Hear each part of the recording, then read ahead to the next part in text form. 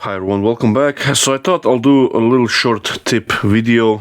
Now this is more of a maybe on an advanced side of turning skills. However, it's a good skill to know. Now a lot of you asked about back hollowing cut, so to hug out the majority here, the waste on the end grain, and I have a separate video on that, and I'll put the link down below in a video description. However, this is slightly different topic, and that is, let's say that you don't have any scrapers, standard scrapers or negative rate scrapers to smooth out the inside of an end grain portion like this. Now in this case this is a shot glass, but this could be any type of end grain, like box or anything like that, any type of end grain project. So let's say that you don't own any scrapers to smooth this out. So what you can do is, what I like to do at least, is I use a spindle gouge. This is the same one I use for a back hollowing cut, although on this occasion I changed the bevel angle here to roughly 50 degrees. Now what that will do, so once I remove the majority here of the timber, what I can do is place the bevel here and ride the bevel smoothly all the way out, following a nice smooth line. Now, like I said, this is a little bit more of a advanced skill, because you have to move inward, outward, so in, out, and also bring the handle down or up, depend where you are inside. So it's a really compound movement, and but again, it's always good to know some other techniques, other ways of getting a nice smooth inside, so less sanding is needed. So here is another piece of walnut, actually quite a lovely piece. So I'm going to show you, and I'll try to do the best angle for the camera. You won't be able to see all of the inside, but hopefully some of it will be visible. The first step that I like to do is I want to drill out the center, so I know the correct depth. So in this case, this is up to this mark. Not sure what the measurement is, but it's up to that mark for this kind of project, for these shot glasses. And I hope the light is okay. I can bring a little bit more light. Now, spindle gouge, the rest goes up. So I'm almost cutting at the center line. Now, the initial technique of back hollowing I learned from my mentor. However, over the years I sort of adapt a little bit on the way that works best for me. And again, this is not something new, but I think most turners don't realize that you can also ride the bevel. If you have the correct angle on the bevel here, you can ride to get a nice inside smooth without using any scrapers, let's say. I do use scrapers because with the scrapers you have a little bit more, let's say, ways to sort of manipulate the shape on the inside. So in this case, what I'm after is sort of thinner at the top, wall thickness, sort of getting gradually thicker as I go down with a nice flowing curve. Now this is slightly bigger. It's not completely in half, so it's a little bit on the side, but you get the general idea. So what I like to do, start here from the rim, roughly 4 or 5 mil. So you can start usually with the foot closed. Once you get the nose in the wood, open it up to, let's say, 2 o'clock and proceed forward. Once you're in the hole here, if you just place the spindle gouge inside the hole lightly, you can see that it's already start to cut on the upper edge here. So what I like to do, I plant myself so I'm quite firm, and what I like to do is just drop my body on the handle and dropping it down. That raises the edge, and I'm using left to the point of the edge,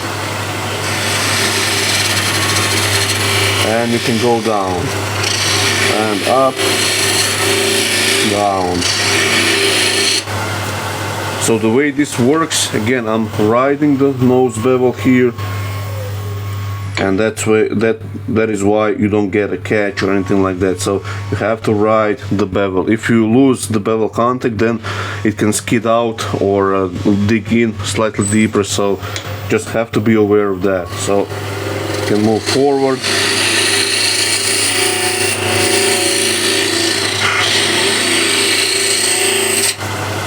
Now sometimes here at the rim you can overshoot and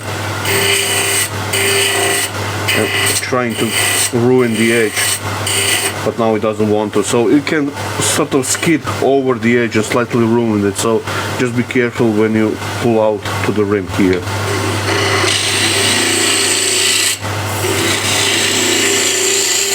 So the curve on the inside when you ride the bevel with the spindle gouge is determined how you move smoothly with the blade going out as well as dropping it down. So again, it's a compound movement.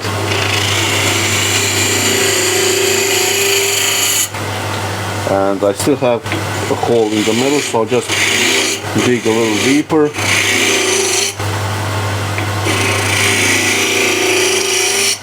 Okay, so I removed the hole, but the surface on the inside isn't nice continuous curve. It has lumps, but it's cut cleanly because we are cutting instead of scraping the inside. So if some timbers doesn't like to be scraped, this is sort of a technique that you can use. So again, I'm trying to find the middle. So now here the point, once I engage and the flute is pretty closed at this point, so find the point and now start to drop the handle and pulling the handle out. So I'm only basically using one finger to steady the tool, because once you're riding the bevel, it's like using a shear cut or a push cut to shape the outside of the ball. You basically don't need the left hand to do the work, and I'll show that in a separate video as well. So again, find the very bottom, nice and slowly from the center out.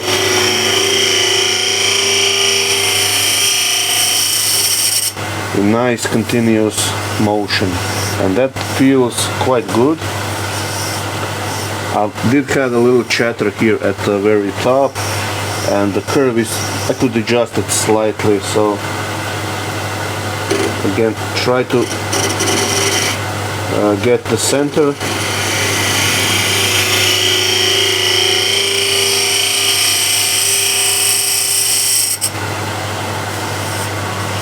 And that feels quite good. Again, a little lump here.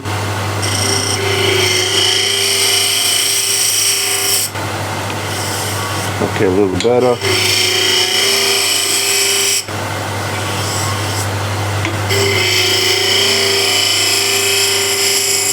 Once you get the hang of it, you can do it much faster.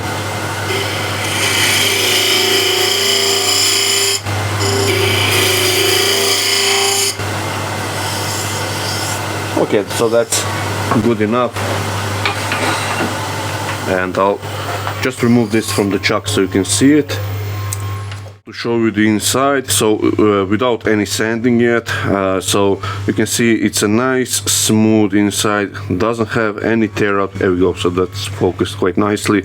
There are a few burnish marks, tool marks, which most cases can't be avoided, but you can sand those out really quickly. So the important thing is there is no torn grain whatsoever. So again, this is alternative if you don't want to use scrapers or you don't have scrapers, but again, it's a nice technique to know if the grain doesn't want to work or anything like that. So but again, I like to use scrapers on the inside just to refine the shape to what I like, especially because it's sort of a unique shape on the inside. So I want to get slightly thicker as I go down and nice flowing curve. So again, this is the same principle here, nice smooth transition on the inside, no big lumps or anything like that. so ready for sanding, and finish the outside as well, and it will be a nice little another shot glass. So what's happening again on the inside, I'm trying to show you at least. So you're riding the bevel here on the nose, so you can see what's happening like this. So I'm dropping the handle, and as I'm dropping the handle down, I'm following the curve that I want. So the amount of speed and how fast do you drop the handle manipulates the curve, obviously. So the smoother you move, the smoother the curve you'll get without any major lumps or anything like that. So again, I'm trying to find the middle first. The gouge is pretty much closed, maybe 230, something like that in terms of fluid position, and you find the center, and then you move from center in nice gradual movement, dropping the handle and pulling the spindle gouge out, and again riding the bevel. If you lose the bevel contact, then again the point will start to dig in, and it will wander off, and maybe even possibly dig in. So you have to be aware of that. Again, maybe it's not for beginners, but it's great technique to know, or to practice at least. And again, it can sort of get you out from difficult positions where maybe scrapers doesn't or that particular timber doesn't like to be scraped. So again, it's another technique to get you out from difficult situations. So hopefully you'll try this. It's not difficult, but again, it's something to practice, like skew or any other tool as well. So again, this is my go-to spindle gouge from Crown. This is their, I believe, M2 version, the older one of my first spindle gouges, but I use it only for back hollowing. So I hug out, as you saw, the majority of the timber, going slightly deeper, and then once I'm close to the shape that I want, I start to blending those the curve that I want, and getting nice fluid line on the inside. So hopefully you'll find this video helpful, and see you in the next one.